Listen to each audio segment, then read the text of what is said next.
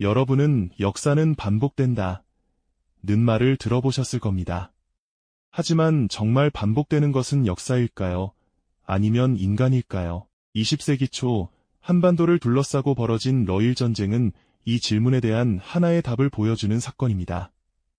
이 전쟁은 단순한 영토 분쟁이 아니었습니다. 인간의 욕망과 오만이 어떻게 비극으로 이어지는지를 보여주는 이야기였습니다. 19세기 말 세계는 빠르게 변하고 있었습니다. 유럽 열강들은 제국주의 경쟁에 뛰어들었고 힘을 가진 나라는 더 많은 땅과 자원을 차지하려 했습니다. 이 흐름 속에서 두 나라가 부딪힙니다. 러시아와 일본입니다. 러시아는 남쪽으로 내려오고 있었습니다.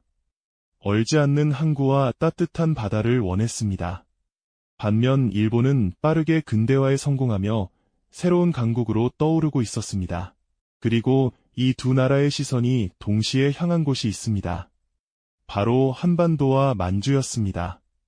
이곳은 단순한 땅이 아니었습니다. 동아시아의 중심이었고 전략적 요충지였습니다. 두 나라는 같은 질문을 하고 있었습니다. 이 땅을 누가 차지할 것인가? 처음에는 외교가 있었습니다. 대화가 있었습니다. 하지만 그 대화 속에는 이미 문제가 있었습니다.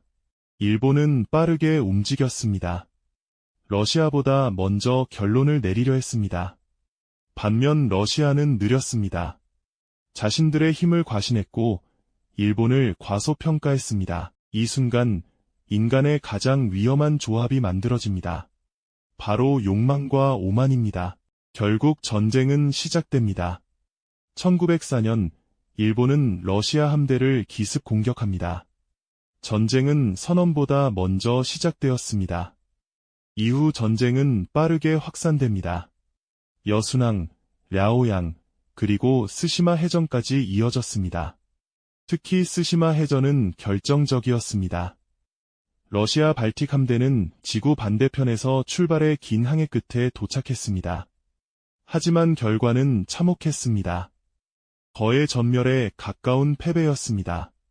바다는 불타고 배는 가라앉고 수많은 생명이 사라졌습니다. 여기서 우리는 잠시 멈춰야 합니다.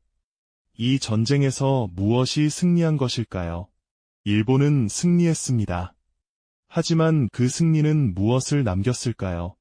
수많은 희생과 파괴된 도시, 그리고 무너진 삶들, 그리고 무엇보다 중요한 사실은 아무것도 변하지 않았다는 점입니다. 전쟁은 끝났습니다. 포츠머스 조약이 체결되었고 질서는 다시 만들어졌습니다. 하지만 인간은 변하지 않았습니다.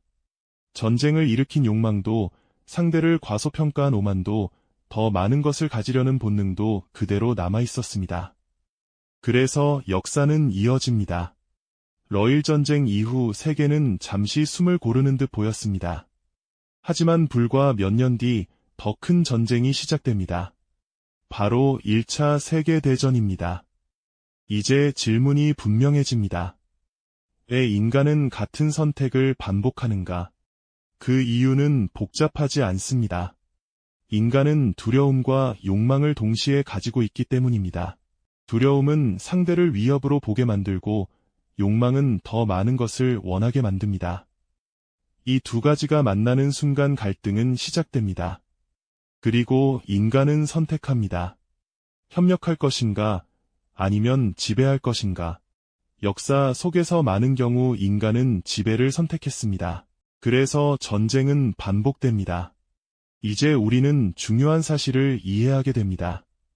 전쟁은 시스템의 문제가 아니라 인간의 문제라는 점입니다. 국가가 바뀌고 기술이 발전하고 제도가 변해도 인간이 바뀌지 않으면 결과는 반복됩니다. 그렇다면 우리는 다시 질문해야 합니다. 인간은 바뀔 수 있는가?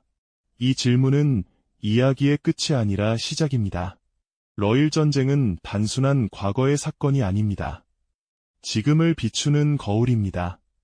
오늘날에도 우리는 비슷한 선택의 순간에 서 있습니다. 국가 간 갈등과 경제 경쟁, 이념 대립 속에서 말입니다. 형태는 달라졌지만 본질은 같습니다. 그래서 이야기는 우리에게 묻고 있습니다. 우리는 무엇을 선택할 것인가? 전쟁을 선택할 것인가? 평화를 선택할 것인가? 그리고 그 선택은 누군가가 대신해주지 않습니다. 우리 모두의 선택입니다. 역사는 반복되지 않습니다. 인간이 반복합니다. 그리고 그 반복을 멈출 수 있는 것도 결국 인간입니다. 마지막으로 이 질문을 남깁니다. 우리는 과연 역사에서 배우고 있는가? 아니면 같은 길을 다시 걷고 있는가?